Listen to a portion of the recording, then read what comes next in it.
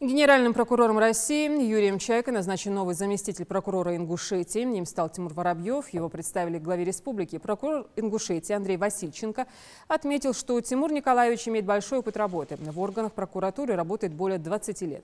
Зарекомендовал себя профессионалом своего дела, принципиальным человеком, защищающим свою работу и знающим свою работу.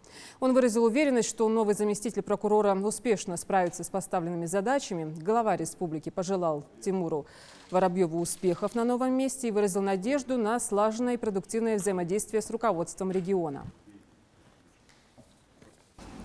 Зарекомендовал себя с положительной стороны, поэтому я думаю, что с поставленными целями и задачами он справится с успехом. Моим приказом о распределении обязанностей на него возложено надзор за исполнением федерального законодательства, надзор за соблюдением законодательства в сфере межнациональных отношений, надзор за следствием ФСБ, ну и ряд других отраслей прокурорского надзора. Обстановка здесь стабильная, спокойная. С учетом того, что вы будете курировать сферу соблюдения законодательства федерального, здесь я просил бы, что у нас такое взаимодействие налажено с парламентом республики, с заместителем главы администрации, который отвечает за это направление.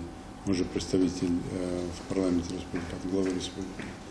Тесное взаимодействие, чтобы законы не выходили, пока вы и ваши помощники их не увидите, не посмотрите.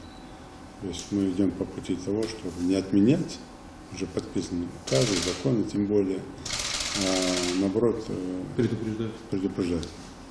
Лучше так работать. Это одно. Второе.